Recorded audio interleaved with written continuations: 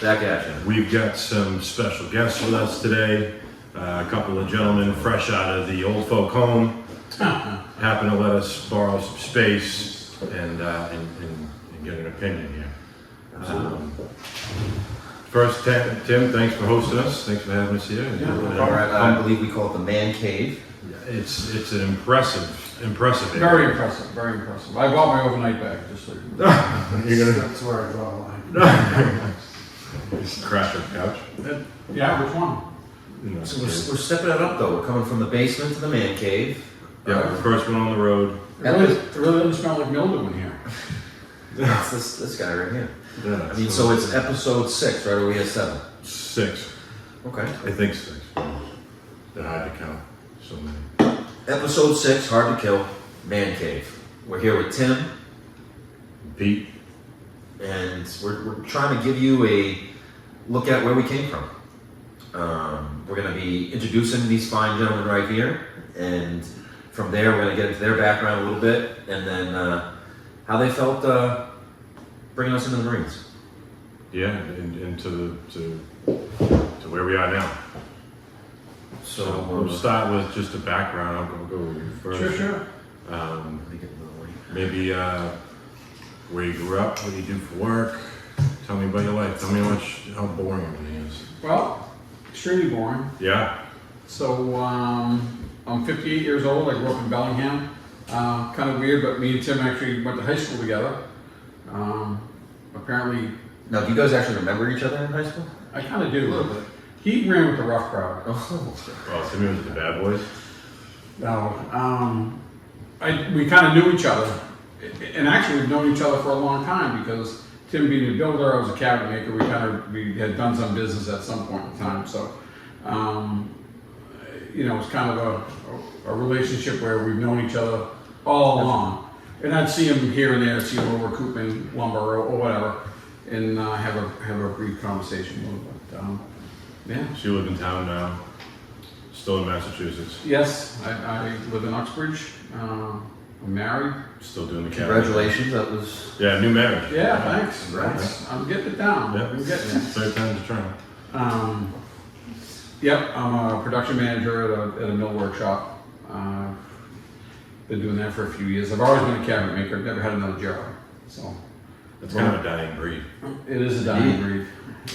You can't, in this economy, you can't find people, Plus, I feel like you can buy them cheap, and knock them together yourself nowadays. You have them shipped. Yeah, you're you have them shipped the JSI lines. There's all kinds of manufacturers out there that are putting out product. They're all a lot of it's from China, but you can get some decent cabinets. I put some good ones together. They're still plywood. Yeah, they're all plywood. They're pre-painting them and sending them here, and they have a couple of warehouses locally that set them up, or you can get them knocked down, like you're saying. Yeah. But there's still a couple of companies that will do a competitive price cabinet, American made. Yeah. I mean, we've tried to get into that. We're more of a mill workshop. We're into colleges, airports, some of the bigger stuff. Doing a lot of casework and stuff. Yeah, a lot of casework, but we've just gotten to the point where we wanted to kind of dabble into the box construction, stuff you're bringing in from China or whatever. Yeah. We just brought a nice line in, beaded inset cabinetry, really nice. Yeah, all top-notch stuff. I know it's made in America, but it's still the same. You order out of the catalog. It's not a custom shop or anything like that. So. So the cabinet business has been a big push for you, like. Yeah, it's all I've ever done. Yeah, and you started at Scandia, didn't you? Yeah. Is that where you started? Yeah. What year is that? So I graduated in, Right? yeah, I graduated in 83, so I think I started there in 83. 80, yeah. Class of 83. Shout out to the class of 83. At 81, I think I started there, and I actually started there part-time after school, and sanded, and did various things. When I left, I was the production manager there. Well, you started at the bottom though. I mean, I know that he kind of taught himself the game when it comes to what he's in with construction. Is that similar for you? Or- Yeah, Sounds like the same. yeah. I remember I got the job, and I went down and interviewed, and back then, you know, they'd hire anybody, and the guy told me, I actually went for my job interview, and on break at the company, they would play fucking softball. Really? Softball. Huge. On break. Oh, shit. Yeah. So I go down there, and they'd play softball, and there was Gilroy working there then? yes. Yeah. Yeah. But They all had different nicknames. yeah, it was all walled in, so it was like wall ball, right? So I went down there for my interview, and the guy running the plant was like, I told you 2:15, and I was there at like 10 minutes to 2. And I said to him, you know, I'm here early. He's like, we're fucking playing softball right now. And then he looks at me and goes, can you play the hot corner? I'm like, I guess. You know? So anyway, and you know, I got hired. And I got to be honest with you, when I left there, I took shop in school. When I left there, he said, well, come in, start next week. He said, here's what you need to bring. Can you read a tape measure? I said, yeah, I can read a tape measure. Well, I couldn't read a tape measure. So I got home, I got it all drawn out on a piece of paper. Breaking it down. Before I went back to work. But yeah, I started off truly at the bottom, and then I got hurt. I got hurt in high school where I had a leg injury, so they actually kept me there, and I worked in the mill, and I never left. I was there like 14 years, and then got lured away. You know, things change, life changes, but you know. Now, is that similar for you? I mean, where did you start at with construction? Well, kind of this, a lot of this, it sounds the same. I mean, you know, Did you work at Scandia too? no, but when you're in school, you get a job and you just end up where you end up, and that's kind of like what you learn. So same kind of story as Pete. I mean, I got a job when I was a young kid in school at a lumber company, and I learned how to read a tape measure, just like what he's saying. Right. And I never used a tape measure. I worked on cars. Right. Before that, I used to work at a garage. I worked on automobiles, and I was able to work on my own, and I learned that first. You teach yourself how to work? Yeah, well, pretty much. So the person that I worked for, he was there for years and years, started there in the 50s, and he taught me, you know, little stuff about cars, but I just learned. My first day at the car shop, I was probably, Jesus, I don't know, so I was probably about 14, probably. No shit. Yeah, and So you can't drive? no, I can't drive. I used to walk up there. Yeah, I walked up there. Right. And, he brings me in, and he says he drives this old. It was probably I think I knew the car. I knew the lady that owned the car. She lived down near the bus barn on 126, and it was an old. It was probably a '69 or a '70 Pontiac Catalina. Boat. Yeah, a boat. Yeah. And it was in on the lift, and that was the day I started. And he says, he comes in, he says, he puts it up on the lift, and he says, start unbolting this thing, we're going to pull the transmission out. He goes, I'm going to go get the mail. Right? I'm like, okay. So I'm looking under the car, and I'm like, okay. So he said, start unbolting this crossbar. So he left, and I'm unbolting the thing. I'm taking all the bolts out, and Air tools back then, too? no. Well, yeah, he had some stuff. It was very prim. He had socket sets, but nothing ever. We used to put 3 or 4 extensions together to get the top bolts on the automatic transmissions that were real tall, and you'd be, and then all of a sudden it would break, and all the extensions would go flying because there was no ball joint in them. With no air gun. Yeah. He had air guns, but that you had to do by hand. So that's how I started. You know, so I started taking it apart, and he came back an hour and a half later and yelled at me probably because I wasn't too far along. Right. But I had never worked on cars before. But I did do a lot of stuff on my own.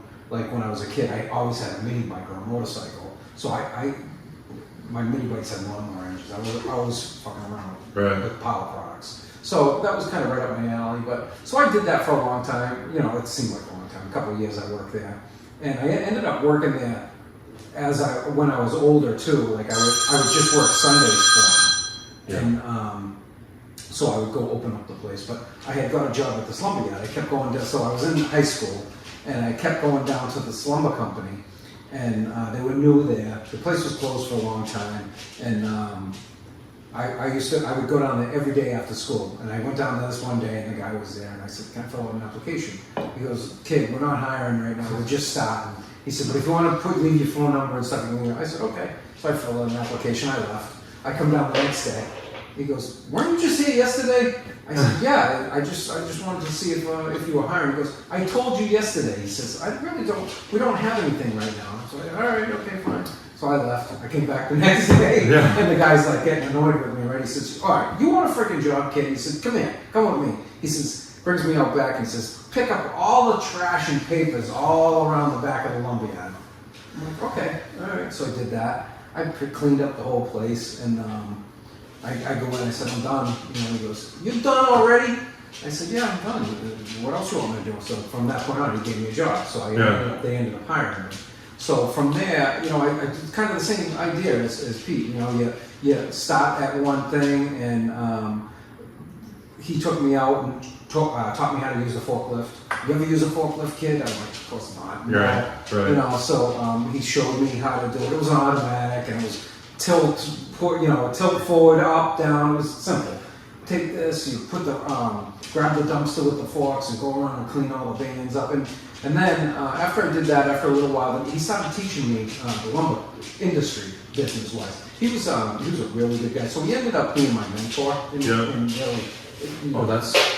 So yeah, he taught me right from wrong. You know, he basically cleaned me up because I was gruff. You know how it was. I mean, I grew up a single parent household. Yeah. And you know, my mother had to work, and we had 6 kids, so my mother never knew where we were. Right. You know what I mean? She did the best she could to keep the house going, you know, to be able to keep our house. So he was really important to me. You know, I realized a little bit, you know, during my stint there, you know, he would take me and say, "Hey, you know, this is what you're going to do." He took me by the ear when I was probably 17, made me open an IRA, dragged me over to the bank and said, "You're going to put $50 or $100 a month in this, and this is going to help you later on in life." At 17? Yeah. No shit. Yeah, so he was a partner in this lumber company. There was a bunch of partners. They had several locations, but they ended up buying this place in Bellingham, and that's how, you know, obviously the connection. But he was a BC grad, you know, business school, Boston University, Boston College, and you know, he was married, and he had 2 girls, and he never had a boy. So I think he kind of took a liking to me after a little while, and he brought me in and literally taught me the whole business, where wood comes from, why it comes on trailer loads from the West Coast versus the East Coast, what species. Ponderosa pine comes from the West, Eastern pine comes from the East, hemlock is Canadian, you know what I mean? Hemford, it just, he basically taught me the whole thing. Southern yellow pine comes from down south, you know, that kind of thing. But it's crazy because I had, when I went to work. You were dealing with high grade lumber. At Scandia, all our stuff came in all built ready to cherry, go. Yeah, but I had a mentor there too, and it was a guy asking if I could play third base on my job interview. And we became good friends, and he literally taught me. I mean, I was literally I'd go in after school, and they had guys that just sprayed finish all day and primer, and they would probably Like stain?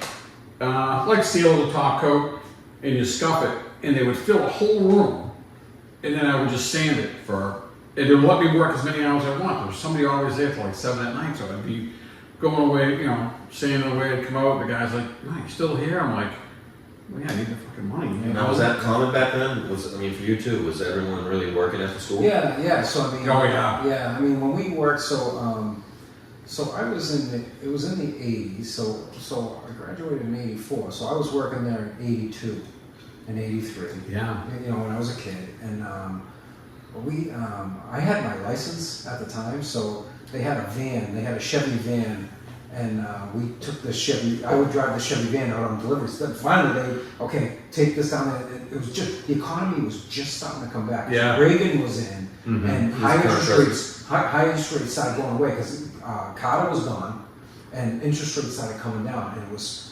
sparking business. Yeah. People building. Yeah, and before that it was horrible because interest rates were huge. Right. So they were down, and we started getting busy. So I was taking deliveries out, and we used to pack this van up to the top, and it was a 3-speed on the column. I remember that. And Nice. so I started doing all that, and they just start teaching. You just start learning because you're a sponge at that age. Right. You know. So after a couple of years work, when I graduated high school, I never went to college. I ended up going. I stayed there because that guy taught me business. When I was 18 years old, he had me in the boardroom. We used to go to Springfield at night, and they had board meetings, and I had to wear a suit and a tie. And he just made me sit there and listen. He was teaching me how to read financial statements, profit and loss. Why you amortize purchases for write-offs over years. He taught me everything. What's his name? His name's Dave Derby. So when people ask me what college you went to, I tell them Derby University. Yeah. So, but he was a great guy. He's still around. We still talk today. I haven't talked to him in a little while, but I do talk to him at least once a year or twice a year. Yeah. And, I can't say enough about him. He That's was cool. like a father to me. Yeah, he played a big Yeah, role. he's a really good guy. Top notch guy. I do. If that guy called me tomorrow, I'd be in my car. What do you need? Yeah. I don't care where you are. Now think about how it was back then, like just that story in general, and how it is now. Yeah, okay, so you say how it is now, but you know what? If the shoe was on the other foot, and I'm sure Pete would say the same thing, if a kid was, coming to me and say, hey, I need some work. Put himself out there. Yeah.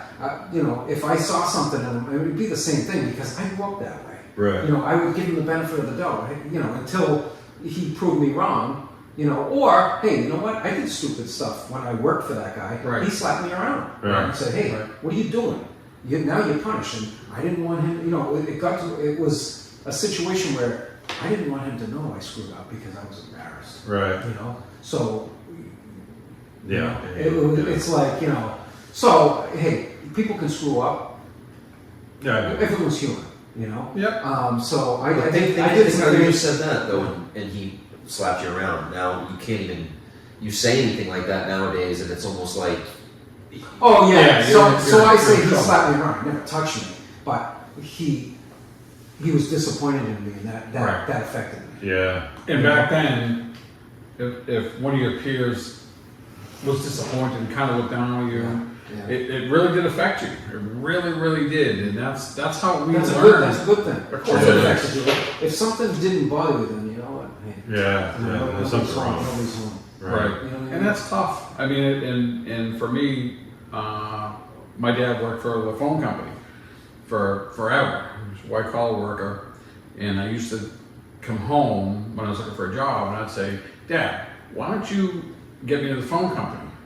You're a big wig there, get me in. One day he looked at me and goes, I don't like your work ethic. And I said, what do you mean? He goes, I see how you cut the grass. come on. Right out. I see how you cut the grass. He goes, what? He goes, you want a job there? Go apply. I said, well, can I use your name? He said, no. Well, come up on your own. Come up on your own. And quick story, I was at the end, I had a car, I was at the end of my rope as far as getting a job. And I remember coming home one day, he said, did you find any work? And I said, I got, I'm looking at this, looking at that. And I remember he gave me $20 because I needed gas. He goes, here's $20, don't come back without a job. And that's where I got a job at the cabin shop, which was like quarter mile from my house in the end, I looked at jobs everywhere but right in front of me. But yeah, it was $20. And these days you don't even see it anymore, I That's what I was can't even imagine that with the kids these days. What do you think it is though? What's lacking? Is it the leadership's not there? As he said, he had a mentor, or is it just the work ethic is lacking? You know, You know what? It's the whole. It's everything. You can't. I don't think you can say, "Hey, it's this or that." It's the way kids are brought up now. I mean, and the things that are available to kids. I mean, look at now you get all these video games, and the kids can sit on the couch for hours. Yeah. let's talk about this real quick. You guys are pre-internet. Would you say that? I mean, look, is it night and day? I mean, Oh yeah. For me, it is. For me, it's completely night and day. I mean, something as small as, like you said, having a peer that was ashamed, or you were in trouble for, or you were ashamed it for. meant something. Yeah, it meant something back then, and nowadays it can just scroll to the next person. Yeah, right. You It only forced me, I'm sure Tim, to work harder, to perform better. Yeah. And I think that's how we progressed up the chain. Is I learned from a guy, and I learned the whole cabinet business from one guy, and I eventually worked for him a little while, and then I went in competition with him. So I ran the whole gamut with him, but he taught me everything. He taught me everything from basically how to read a tape measure to how to terminate somebody that wasn't working in your company, and that's how you learn everything. I just can't imagine doing that now. I don't know. I don't think you get the same kind of drive out of people now. Well, as you said, you cared. It mattered to you that someone Yeah. saw your work ethic and knew that you were capable and, more importantly, dependable. I feel like if I came into work late, I felt bad yeah, Oh yeah. because I knew it Yeah. wasn't happening. get that sick feeling in So you yourself. gotta, Yeah. you gotta have that within. That's gotta come from within. Right. Everybody. That's an internal thing. I mean, you can say, hey, things are different now. Of course they're different. I mean, when we were, after work or whatever, if you wanted to call a buddy, you would call him on his house phone. Hey, is Pete there? No, he's gone. Oh, shit. Yeah. Now you gotta go look for him. Right. You know what I mean? So it's different, so you spent a lot of time chasing shit around because you didn't have the internet, you didn't have cell phones. Right. And you just relied on, maybe I'll see him at the party later on. Correct. Pits or something like Yeah, that. yeah. If it was a weekend. Right. Because you know what? I think most of the people that I think in our town anyway, and I'm sure other towns were the same way, is we worked all week long, but the weekend there was always a party somewhere. Right. It was in the pit, we had fire, Yeah. we'd drink some beers. Yeah. And it was simple, I mean, it was Friday and Saturday night. Yeah. Depending And on we were where it high school was. kids. Yeah, where it was. There was always one somewhere. We just had to find it. But That's right. we did, and it was all in good fun. And you could drink at Was it 18 18 back back then, right? 18 was the drinking I age? wasn't. Oh yeah, 18. it was. It was. That's how old I am. I can't. Yeah, and then it changed to 20. Yeah. They would. Yeah. Then we got. Yeah. Yeah. Because I remember going to. But that didn't stop it. No, No, but you could go in the bar. Yeah, but Right. plus, you got beer, and you know what, and it wasn't like, anyway, my circle wasn't, and nobody was doing drugs or anything like that, you know what I mean? It was, or there was a keg, and Right. everyone paid $1 or $1.50, and everybody drank keg beer, and sat in front of the fire, and, Bellingham, we grew up in Bellingham, so Bellingham had a north, a center, and a south, so it was such a long town, so he knew everybody from Pilgrim Village, No. Yeah, he was north. No. So I was center, so I knew both. Yeah. I hung with both sections. We had a drive-in in town. In Bellingham? In Bellingham. Where? We had a drive-in theater down Yeah. in Pulaski below. Yeah. Yeah. So we would That's go. South Bellingham. South right? Bellingham, yeah. So we'd Yeah, go. with soccer. I'd go down. You'd go down there. You could get in the fence in the back and sit in the back and watch the movie, and you hang with South people. Yeah. And then maybe the next night we were down by Box Pond, hanging with center people, So I ended up knowing everybody in town Yeah. because I was in the middle. Yeah. I don't know, You're right. Did you hang much South people? No, I didn't. Yeah. My father told me that nothing good happens after 11 o'clock in Yeah, South yeah. Bellingham. Which Now I call South Bellingham Woonsocket. I call Northwood Northwood Socket. Socket, yeah. But so I knew a few people down there. I knew more people from the center of town. But growing up in Pilgrim Village, it was just like a clique on its own. All those guys Yeah, a that lot of kids. Yeah. stayed together. We all Tight-knit group. We partied together. We did everything together. But Cox, Powers, Walker. Yeah. All those guys are still around. Yeah. That's the crazy part. Are they? Yeah, we're all old now. Yeah, I Are don't they- see. are they still I partying haven't together? seen any of the Cox. One of the Cox died, didn't they? Yeah, I think the Timmy or is it Jimmy and Timmy? Is that what it yeah. was? I thought it was Jimmy, Jimmy. but you know, me and Tim, when you get to our age, people do start to literally die off, right? And it's crazy. And you know, I'll go into a bar in Bellingham and I'll grab a beer or something like that. I see some Longo. Yeah.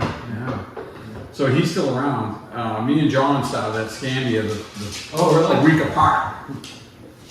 And he's still there, I think. Is he really? Yeah. He's been there that long. He must be pot one by now. Yeah. Now, when you guys were getting to the point where you were, let's say, graduating high school, did you remember any recruiters coming towards you, or the military? Was the military even a thing? Yeah, they did that. Yeah, I remember the recruiters coming around. I had my sister's husband, who was a Vietnam vet Marine, that kind of drew me in. Mike knows, guy Ron, and he was always like, "You should get in the Marine Corps. That's where you need to be." Blah blah blah blah blah. And it never struck a chord with me. I never, as much as he talked about it, it never I never thought to myself, that's what I want to do. I want to be a Marine. Which is kind of weird because, and not to jump too far ahead, but I always thought that Mike was a little bit influenced by that. Yeah. Being around Ron, because he was a Vietnam vet and Marine, and very proud Marine. So he would always talk to Mike about it, kind of. But for me, it just Wasn't a thing. no. I'd rather hang out in the pits and drink beer. $1.50 keg beer. So, Did you ever have any recruiters approach you? Yeah. So I went. Oh, you have brothers too. I went and took the test. I went to Framingham and actually took the That's ASVAB right, test with me and a friend of mine.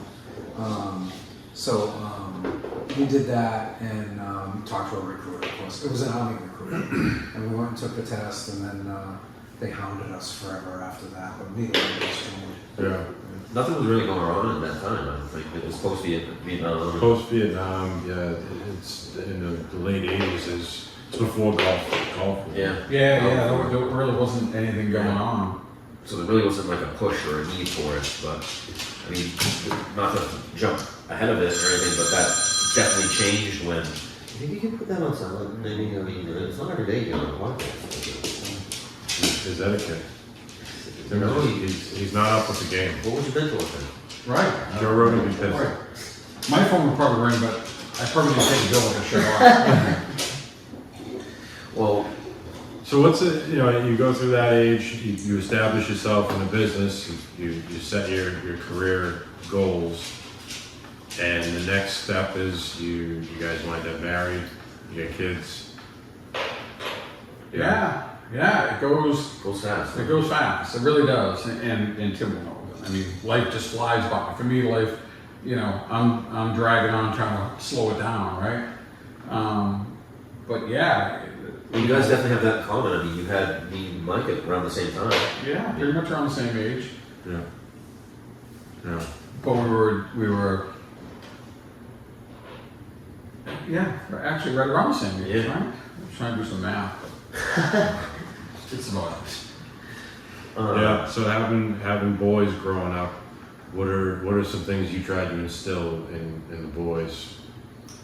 I would only instill. The only thing I know how to do is instill on what I was taught. So I just the work ethic. Yeah, I guess just the work ethic, and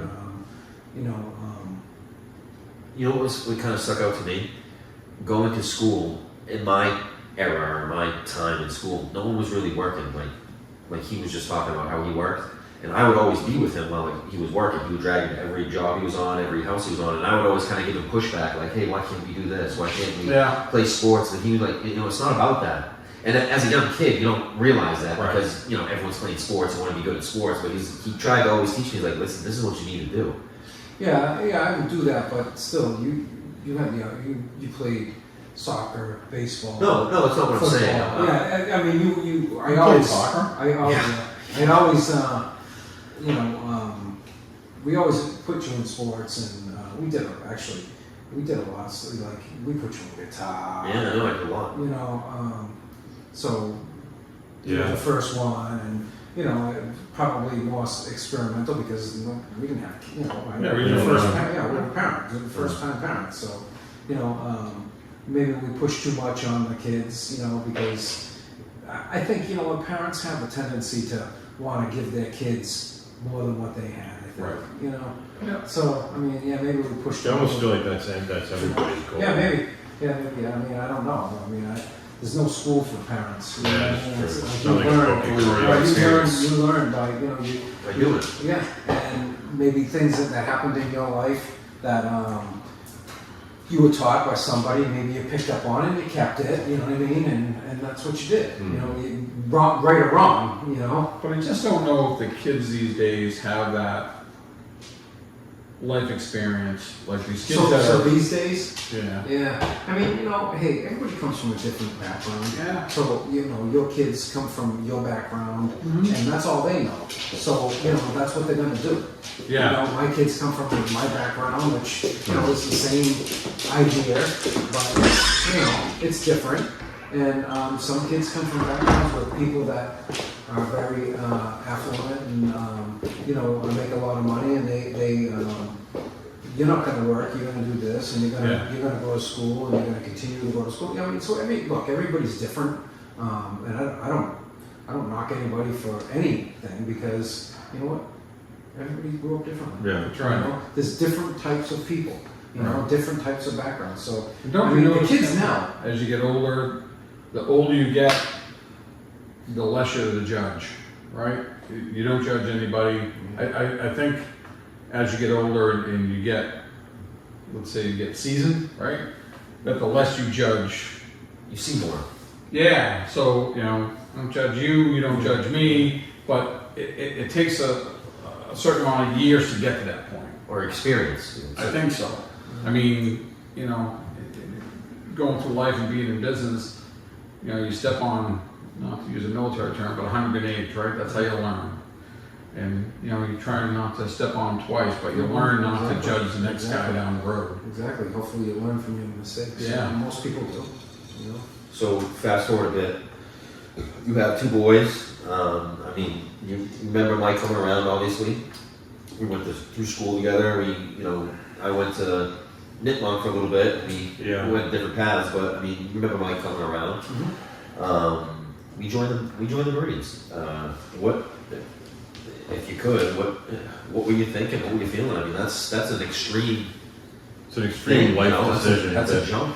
That, to be honest, at 18, I don't know. if Shit, we I'm knew- thinking of if I had a kid and he told me. Exactly, I'm thinking the same thing. Like, Yeah. Not only that, we were at war. Yeah. I mean, yeah, it wasn't like you were joining. 9/11 had popped off, and we're in Afghanistan and Iraq, and all of a sudden your son's about to go over there. What? Not everyone has that. What runs Not everyone through- feels runs that. through Yeah, your what brain. talk goes about So that. I think for me, I'm not trying to cut you off, Tim. I was bummed out.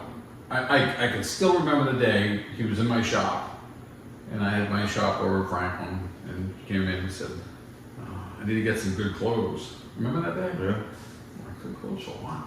And he's like, "I joined the Marine Corps." I said, "What?" He goes, "I joined the Marine Corps." I'm like, why? What?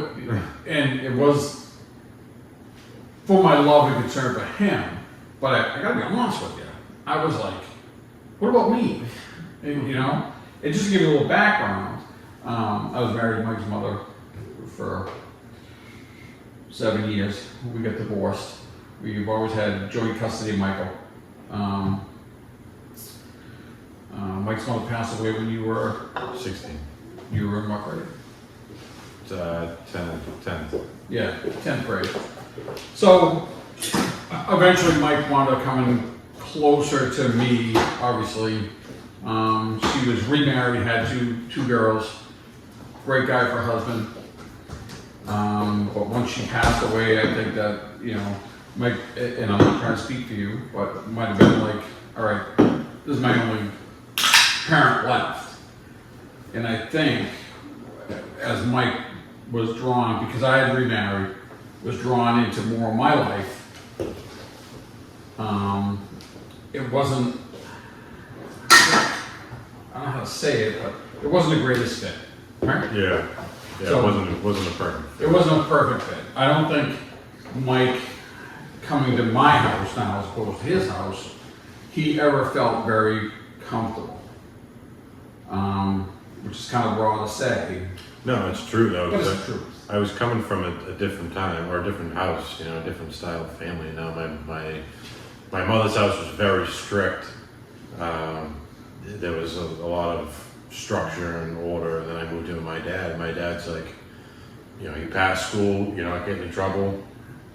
It's like the fucking Wild Wild West. No. No, but I do think, so if we kind of, to get back to the big topic is, you know, was another reason why I think that Mike, with the passing of his mother and stress going on, that turned him towards the Marine Corps, or at least made him look up when you said, hey, I'm thinking about doing this, that it was almost an outlet. And Yeah, it was a way to get out of town. It's funny that those days. I really did look at it that way too. It was a way to get out of the situation that I was in. Yeah. It's funny how those days, they'll stick out to you. You remember when Mike told you he was joining the Marines? Oh. I remember when Mike came and sat next to me and I said I was joining the Marines. He was like, fuck it, I'm going. Yeah. And just, it's funny, I mean, did that even stick out to you? Do you remember when I told you I was joining? Yeah. Well, you had brought the recruiter over a couple of times, and he was just like a snake oil salesman. You know? Yeah. He must have got points for signing people up or whatever. It was a quota. Yeah. There's a quota. So, I mean, our opinion of that was just, he's just trying to get his quota, and he's doing it without. Wasn't interested in what was best. Right. Yeah, you know, so it was, so I said, I told him from day one, you know, when he said he wanted to do it, he wanted to sign up early. He said, Dad, if you sign this paper, I can win it. I'll get that farther ahead. I'm like, at 17 and a half, I'm like, Nick, I'm not signing the paper. We're at war right now. So I'm going to sign you in. You're going to go over there and get killed? And it's Right. going to be on me? I'm not doing that. Yeah. I told you I want you to go to college, Yeah. get a degree. If you want to go into the military, then go in as an officer. You know? Yeah. You know, you're going to be that further ahead. But, you know, some kids you can't, they're not going to listen to their parents, and he didn't want to, and that's what he wanted to do. So I couldn't change his mind, and that's what he ended up doing. Yeah. Yeah, I feel like the both of us, once our minds were made up, Yeah. you know, I knew I wasn't going to college. And I wasn't going to hang around town. Right. I had to get out of town. And that changed us for us. So I went from, no, don't do that. I went down to the recruiter's office. Yeah. And I tried to talk to the recruiter. I'm like, I don't want you to take Yeah, my we son. did that too. And it's like, this poor guy didn't want to hear from me. I mean, he just made one more notch in his belt, right? But for me, I was like, I gotta go. He got 30 more days of leave. Yeah. So he actually got to say something, you know, but I had to go down and have my say anyways. And you can't help And it, you know, for whatever it was. But once we got to the point where I'm going to be a Marine, then that makes me a Marine Corps dad, and I'm all in, right? So do you remember the day that we brought him into Boston, and you guys went your own way, we went in, and we were sitting in that room. Do you remember that? Yeah. We were sitting in the booths, and you were like a couple of booths over, and I was sitting there, and so we started talking a little bit. Yeah. This is when we were at Mets. Yeah. Yeah. You guys were in another room, and you were with your wife at the time. Yeah. And so we kind of, you know, our booths were backed up to each other, I think. Yeah. So you and I started talking, and he said, Pete says, so what's Nick going for? I said, I think communications. I said, what's Mike going for? He goes, oh, intelligence. Oh yeah? I said, oh, Have you seen that report card? I thought that was funny. But that was, you know, that was a done deal. And Yeah. we were getting sworn in, and then we just left. Remember that day? Yeah. So we stayed there and we left. Funny story. He goes to get sworn in, and I remember he got dressed that day, and his jeans were ripped. He had ripped jeans on. Oh, they weren't happy about that. That's right, I remember. So we go in. Really? They weren't going to let me join. They weren't going to join. Disrespectful. Yeah. Such a piece of Listen, shit. and they weren't ripped jeans from working. They were ripped jeans because you The sun. fucking bought them. Yeah. I told Nick, when they started saying that to him, I said, Nick, let's move away from them. They're from Uxbridge. Get rid of these You're going degenerates. come on, you're going to offices. So he goes, he comes over and he's like, yeah, I'm kind of fucked right now. He said, they're not going to let me swear in unless I have a normal pair of jeans. I'm like, all right, I drove back to Come on. Uxbridge. You got to. Are you serious? Yeah. What else are they gonna do? Well, he still owes me gas money. But what? I thought you were wearing nice pants. No, that's a good idea. I didn't even think of that. You and I would have said, oh, okay, you don't want to take it? That really would have been the Get in trouble. Go back to the job site. But yeah, that was a big thing. Wow, I didn't know that. Yeah. It was, I think we were so gung ho about joining at that point, we didn't really realize how you guys were feeling and why, and it really sunk in halfway through the drive. Yeah, This was happening. I'm leaving. Yeah. I'm not going to Worcester State. Yeah, this is real. I'm not, didn't we drop? Didn't I drop you off in Milford? Yes. Yeah. I brought that up earlier to him, actually. Oh yeah. Yeah. And I just remember because I think we had your high school graduation party and your leaving party at the same day or Yeah. whatever. And then it wasn't that long after that you were gone. Yeah. And I just remember bringing them into Milford and I'm like, Just a terrible feeling, right? yeah. Just it was awful. For me, it was. I mean, can't speak for Tim, but He was sad. he's got. I'm sure he was sad, but he's also got a business to run. He's got a wife, 2 other kids. There's a lot going on. For me, it was kind of a different situation. Mike was all I had, and my home life wasn't great. My business wasn't great, and it was just like Just puts a damper on everything. misery on top of misery. And I remember driving back after I dropped him off and just thinking to myself, wow, how my life has changed. And all because somebody decided to join the military. I was very disheartened by it. And it's not like you could just have a friend to talk to about that. No. It's not a common thing. No. Yeah, the friend that you're going to talk to, just go and play. Yeah. But, that gets us, to where we are now, right? I mean, and there's a million miles in between it. There's 100 stories to tell in between it, but that's how it happens. So how long did you guys stay in Boston? For MEPS? Yeah. Only Did you a stay night. there overnight? Yeah. Yeah. We flew in the morning. And then where'd you go? South Carolina. And I remember right when we got to South Carolina Airport. Do you remember being in Logan before we left? Yeah. Sitting with all the other kids that were going? Yeah. And there was like 3 dudes from Rhode It Island. was all in socket. all in soccer All in kids. socket, yeah. And one kid from Norwood, Gertie. Yep. And Were these all kids in boot camp, or did they go different? No, they all went to boot camp with us. They ended up in Same- Arlington. Yeah. Oh, right. Yep. Yep. Yeah. And they were all Marines? Yeah. Yeah. Okay, yeah, cool. Yep. Yeah. So Actually, we had a lot of people from like And then when Rhode Island, Massachusetts. so when the group from Boston went down there, did you join groups from other? every you must- state. Yeah. You must have they put you all together. So when you get off the plane, there's a not a DI, Oh, but someone there's said you go there, you Yes. go there, you go there. yeah, in the public airport. Something that was People kind are of like watching and taking pictures. Yeah. This guy's like, like, what's going on? You're over here. Yeah. Get in that room. You get in that Everyone in room. the airport's like, what the fuck? Yeah. So they put you in this little room, and they give you these little fucking gas station sandwiches, and you wait for the bus to show up. And then the bus shows up. You get on the bus. They tell you to put your head down. Don't put your head up. Yeah. Don't look out the window. Don't make any noise. I gotta say, great dog and pony show. Phenomenal. You know what I mean? They Phenomenal. do a great job at Phenomenal. it. I was scared shitless. So scared.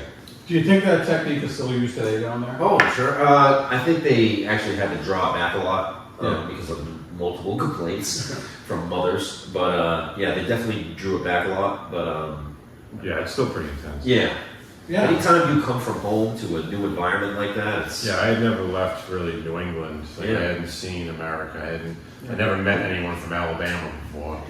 You know, Especially when you get now thrown you're into in the a- shower next to Dude, a guy like this. you get thrown into a group of people from all walks of life from around the world. It's That's what happens. shocking to say the least. Yeah. Now, Tim, did you go down for graduation? Yeah. Pretty impressive thing You were to there? see. Yeah, I was there. Oh, so we didn't meet up at all. No, kind of weird, right? Yeah. But that was crazy. That, for me, when we were sitting in that auditorium, and I was talking, it was like, you know, we transformed your high school kid to a trained killer or whatever they come across, you know. I was like, wow.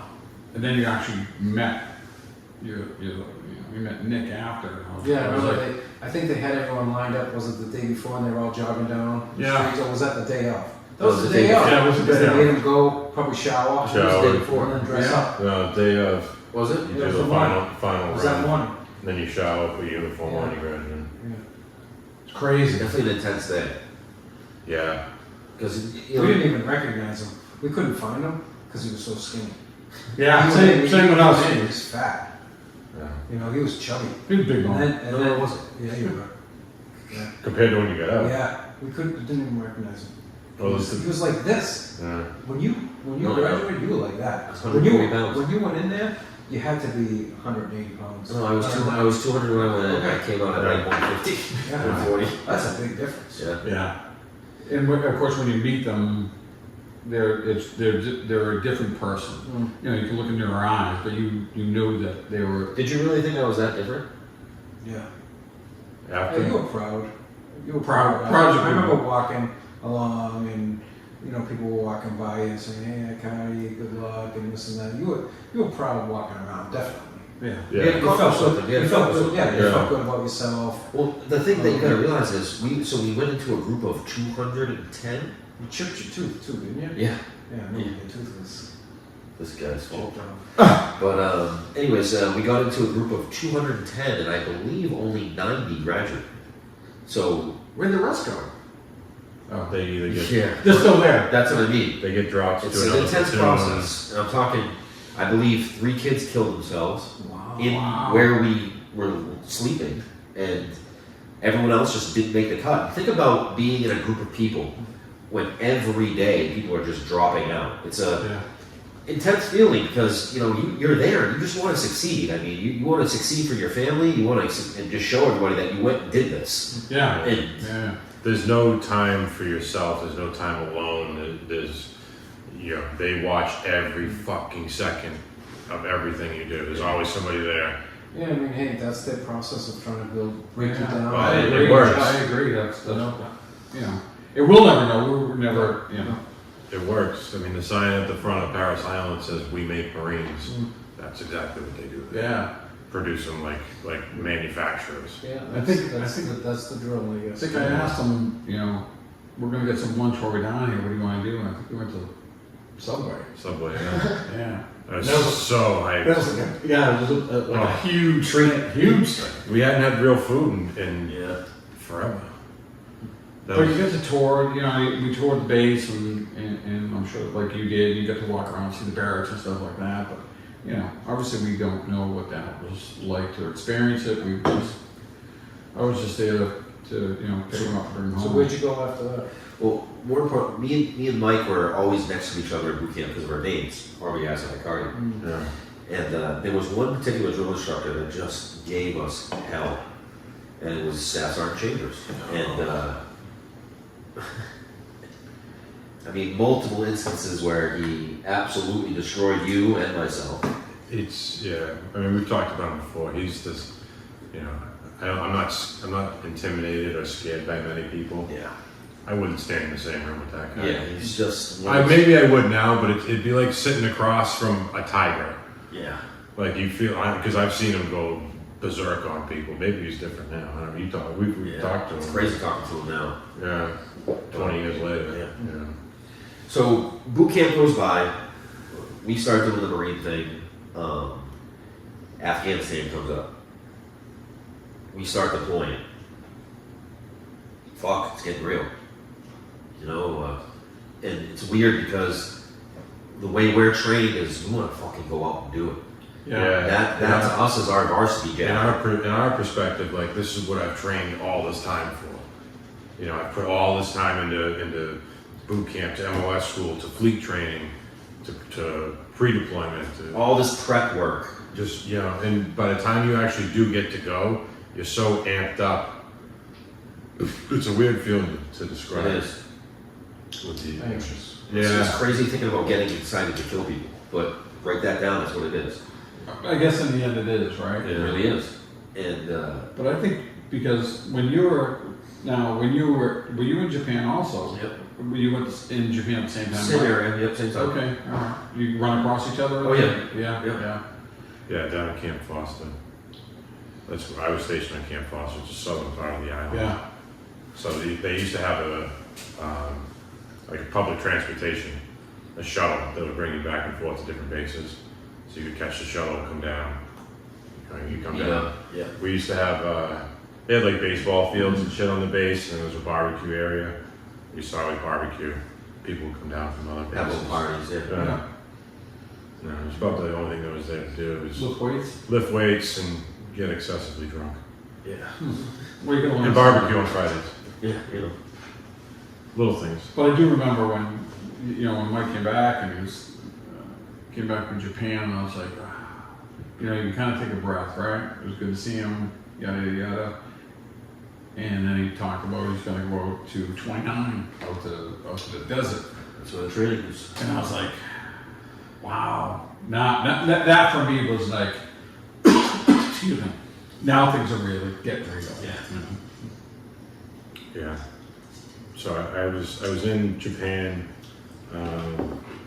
When I left Japan, I flew home, and then I had 30 days of leave. We always seem to take leave at the same time too. That was nice. So it was almost like a planned thing because Yeah. no one comes here in February. Yeah. You know what I mean? If I'm coming in July or August. Somewhere we can hit the beach. Yeah. You can see all your buddies are home from college. Yeah. So we tried to plan it out that way. But when I left, I had so much leave built up because I didn't go home the last year. I took 30 days and I flew from Japan to Boston and hung out in Mass for a couple of weeks, and then we drove cross country Oh, that's right. to get from Mass to 29 Palms, California. Yeah, which was crazy, right? He comes home, he's like, Have you ever driven cross country before that? no, I've never. Similar to driving down to South Carolina. Yeah. That was similar to us when we drove down to South Carolina for basically his first duty station and my Right. first duty station. Remember you brought me down to Paris Island down there? Oh, yeah. Beaufort. Yeah. But we left the house in Millville. And it's kind of, he packed up all the stuff. He put his street bike in the back of his truck, and we just left. And I was working for myself at the time, so I had a little bit of flexibility. I'm going to be straight up. I had no money, but I was going to make it work no matter what. Right? We're going to drive. This is what we're going to do. We're going to drive cross country, and we had it out. And I can honestly say it's probably the best trip of my life. I knew where we were going. I knew where he was going when we were done. But I figured this is the trip we're going to take. And listen, we could have a whole other podcast on the stories of being on that trip, right? Because it was just crazy. We just had a great time. But the whole time in the back of my mind, I'm thinking, I'm going to get on a plane and fly home. Right. He's going to get on a plane and go to war, right? So it was kind of bittersweet. That's a hard mix of emotions because it's like you're trying to have as much fun as you can before this Right. day hits, and then when that day hits, it's back to the grind, back to reality, and you no longer have the communication there. Yeah. And then like Tim and I, you guys go overseas and we're left like. Yeah. So gave you guys a little bit about where our dads come from, about what they do, and gave you a little bit of perspective of what it was like sending us away to the Marines, the most lethal fighting force in the United States of America, and also what it was like when we were about to go to war. And I think that gave you a little bit of a look inside our lives. We're going to try to do a part 1 and a part 2 of this, and this was the first hour. Yeah, I think it went well. I want to thank you both for Yeah, thank you. giving me time on a Friday night. Coming in and Timmy letting us use the place. Yeah, Tim, thanks. Let me Great place. Let me know when you keep the spare key. This is what we do. We wintertime we have football games every Sunday when we don't go. Right. Is that an invite? Sure. Yeah. All right. I just want to put Yeah, we cook and eat and have a great time and Yeah. yell at scream at the TV and Oh. Then when it goes to commercial, do you put the Sopranos back on? probably. Actually, Tim, if we get one more TV where we can go side by side and watch the football and the Sopranos. Yeah. But I appreciate you having us over here, and you know, speaking for me, and you know, I'm not going to speak for Tim, but you know, it's an honor to be here. I mean, you know, if what we talk about helps fucking anybody, right? Then it's all worth it. That's the goal of us being here. I mean, we know that we're not the only ones that join the military, and they know that they're not the only fathers that, you know, let their sons do the damn thing. Right, and it's a grateful feeling to know that you can sit here with your son, and you know we're still here. Not only that, Yeah, I mean a lot of people can't say that. No, you know, a lot of people That's get, huge. Unfortunately. and I've always said, Yeah. is Yeah, that, that's tough. you know, you're here sitting next to your son, I'm here sitting next to my boy. You know, a lot of people get a flag in a visit, you know. Not a good thing. No. But you know what we talked about here is today is just, you know what, I'm sure there's a lot of people out there that probably listening to this saying, geez, this sounds like my life, you know. Because Yeah. no matter what, It's relatable. whatever, no matter what I went through when I was younger, no matter what you went through, Right. there's always someone else that the same thing over, you know, Yeah, or whatever, yeah, or worse, you know, yeah. or no, I don't want to say worse or better, but you know, it's very similar. Yeah. You know, so you know, I think there's a lot of people out there that are in the same situation as you know what happened with their kids joining the military and growing up the way we grew up and the way they grew up. So Yeah. you know, I'm sure you know. Unfortunately, there's people listening to that don't have their kids. Right, and they should stay tuned That's- because that's too bad. That's you know. Yeah. as we talk about this, this is just like the tip of the iceberg, right? Yeah. You kind of break ground and then you go from there. But And yeah, there's a lot more to come. So in the comments, leave any questions you got for these let us know how guys. you feel. Give us Questions some you got for feedback. us. Hit us up in the comments. You can find us on the Instagram. The handle's still Hard to Kill Pod, right? Yep. The email's Hard to Kill Pod P0D, not OD. And we're gonna get better at editing these videos. We're gonna start putting it in the video so you can actually see what it is. You know what I mean? Instead of just By hearing the it. time we give this to Rich, he'll probably have it plastered on my Hopefully. fucking Hopefully, forehead. that'll be good. but you guys, it's truly a grassroots, right out of the soil. You know, Yeah. like you said, you know, your first few were in Mike's moldy basement. And now, how do we get better than this? Where do we go from here? I'm not quite sure. This is awesome. They're just regular people. Right? Yeah, Yeah. that's what we're trying to show authenticity at its finest. And once again, gents, thanks for coming by. Yeah. Thanks for tuning in. Hard to Kill. Hit us up Episode 6. in the email, and Please do. we'll talk to you.